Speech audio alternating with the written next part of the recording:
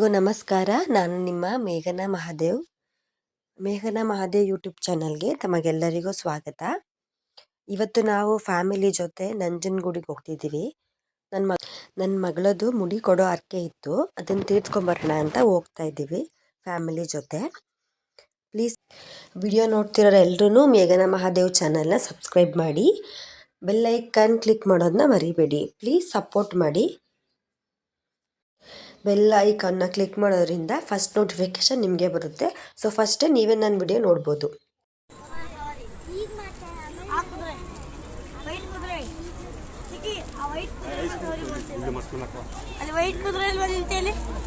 ಇವಾಗ ದೇವಸ್ಥಾನ ಹತ್ರ ಬಂದು ಹೊಳೆ ಹತ್ರ ಹೋಗ್ತಿದ್ದೀವಿ.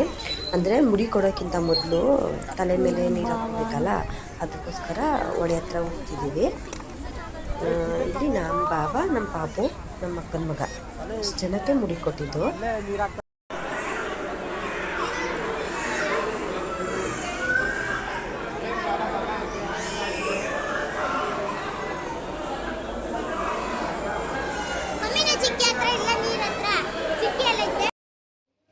ಖುಷಿ ಅಂತೂ ತುಂಬಾ ಅಳ್ತಿದ್ಲು. ಫಸ್ಟು ನಾವೇನು ಹೇಳಿದ್ರು ಸಮಾಧಾನನೇ ಆಗ್ತಿರ್ಲಿಲ್ಲ. ನಮ್ಮಕ್ಕ ಫೋನ್ ನೋಡ್ತೀಯಾ, ಅದು ಕೊಡ್ತೀನಿ ಇದು ಕೊಡ್ತೀನಿ ಅಂದರೆ ಏನೂ ಬೇಡ ಅಂತ ಫುಲ್ ಅಳ್ತಾ ಇದ್ಲು.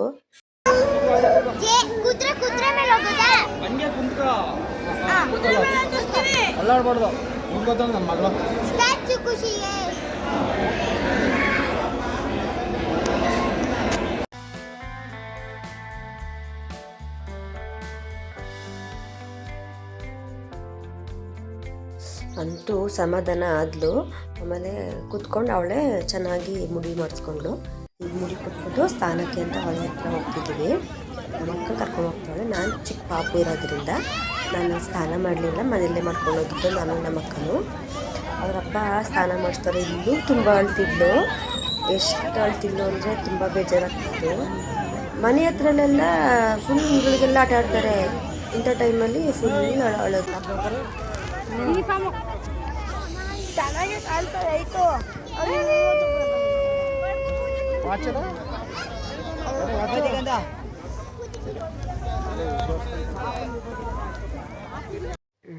ಸ್ನಾನ ಎಲ್ಲ ಮುಗೀತು. ಈ ಸ್ನಾನ ಎಲ್ಲ ಆದಮೇಲೆ ಎಲ್ರಿಗೂ ಗೊತ್ತಿದ್ದಂಗೆ ಗಂಗೆ ಪೂಜೆ ಮಾಡಬೇಕು. ಇಲ್ಲಿ ನನ್ನ ಮಗಳೂ ನನ್ನ ಹಸ್ಬೆಂಡು ಗಂಗೆ ಪೂಜೆ ಮಾಡ್ತಾವ್ರೆ. ಅವಳಿಗೆ ಪೂಜೆ ಅಂದರೆ ತುಂಬ ಇಷ್ಟ. ಆಲ್ಮೋಸ್ಟ್ ಎಲ್ಲರ ಮಕ್ಕಳು ಹಂಗೇನೆ ಅನ್ಕೋತೀನಿ. ಯಾರಾದರೂ ದೊಡ್ಡವ್ರು ಪೂಜೆ ಮಾಡಬೇಕಾದ್ರೆ ನಾನು ಮಾಡ್ತೀನಿ ಅಂತ ಹೋಗಿ ಪೂಜೆ ಮಾಡ್ತಾರೆ. ಇವಳು ಹಾಗೇನೆ, ಯಾವಾಗಲೂ ನಾವು ಯಾರಾದರೂ ಪೂಜೆ ಮಾಡಬೇಕಾದ್ರೆ ಅವಳು ಬಂದು ನಾನು ಮಾಡ್ತೀನಿ ಅಂತ ಹಠ ಮಾಡ್ತಿದ್ಲು ಪೂಜೆನ. ಇವಳು ನಮ್ಮ ಅಕ್ಕನ ಮಗಳು ಜಾನು. ಇವಾಗ ಅವಳು ಪೂಜೆ ಮಾಡ್ತಾ ಇದ್ದಾಳೆ. ಪೂಜೆ ಮಾಡಿ ಎಲ್ಲಿ ಸಿಕ್ಸ್ಲಿ ಗಂಧ ಕಡಿನ ಅಂತ ಕೇಳ್ತಿದ್ಲು ಅವ್ರ ಅಮ್ಮನ. ಹಂಗೆ ಸ್ನಾನ ಎಲ್ಲ ಆಗಿ ಪೂಜೆ ಎಲ್ಲ ಆದಮೇಲೆ ಇವಳೇ ನನ್ನ ಮಗಳು ಖುಷಿ. ನಮ್ಮ ಅಕ್ಕ ಅವಳಿಗೆ ರೇಗಿಸ್ತಿದ್ಲು, ಎಲ್ಲ ನೀನು ಜುಟ್ಟು ಅಂತ. ಅದಕ್ಕೆ ಅವಳು ತಲೆ ಮೇಲೆ ಕೈ ಇಟ್ಕೊಂಡು ಇಲ್ಲ ಅಂತ ಹೇಳ್ತಿದ್ದಾಳೆ. ಅದು ನನ್ನ ವಿಡಿಯೋ ತಗೊಂಡಿದ್ದೆ, ಹಂಗೆ ಅದನ್ನು ಆ್ಯಡ್ ಮಾಡಿ. ಇದು ನಂಜನಗೂಡು ಹೋಗಿದ್ದ ಮಕ್ಕಳು ಯಾವ ಮಕ್ಕಳು ಮಿಸ್ ಮಾಡಲ್ಲ ಅನ್ಕೋತೀನಿ. ನಾವು ಯಾವಾಗ ಬಂದ್ರೂ ಈ ಕುದುರೆ ಸವಾರಿ ಮಾತ್ರ ನಮ್ಮ ಮಕ್ಕಳು ಮಿಸ್ಸೇ ಮಾಡಲ್ಲ. ಯಾವಾಗ ಬಂದರೂ ಹೋಗ್ತಾರೆ ಒಂದು ರೌಂಡು. ಇವಾಗ ಎಲ್ಲ ಕುದುರೆ ಸವಾರಿ ಎಲ್ಲ ಮುಗಿಸಿ ಎಲ್ಲ ಆದಮೇಲೆ ದೇವಸ್ಥಾನ ಹತ್ರ ಹೋಗ್ತಾ ಇದ್ದೀವಿ.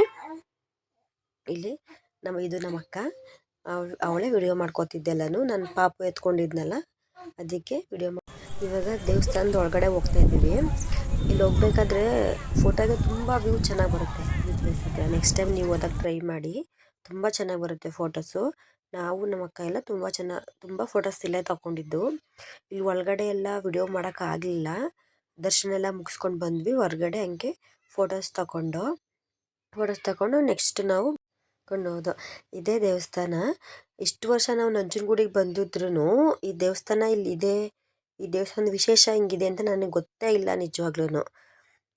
ತಮಿಳ್ನಲ್ಲಿ ನೀವು ನೋಡಿರ್ತೀರ, ಉಪ್ಪು ಬೆಲ್ಲನ ಹಾಕಿದ್ರೆ ಕಷ್ಟಗಳೆಲ್ಲ ಕರಗುತ್ತೆ ಅಂತ ಹಾಕಿದ್ನಲ್ಲ, ಅದು ಇದೇ ದೇವಸ್ಥಾನ, ಪರಶುರಾಮ ದೇವಸ್ಥಾನ ಅಂತ. ಇಲ್ಲಿನ ವಿಶೇಷ ಏನಂದರೆ ಉಪ್ಪು ಬೆಲ್ಲನ ನೀರಿಗೆ ಹಾಕಿದ್ರೆ ಆ ಉಪ್ಪು ಬೆಲ್ಲ ಕರಗ್ದಂಗೆ ನಮ್ಮ ಕಷ್ಟನೂ ಕರಗುತ್ತೆ ಅಂತ ಇದ್ರ ನಂಬಿಕೆ.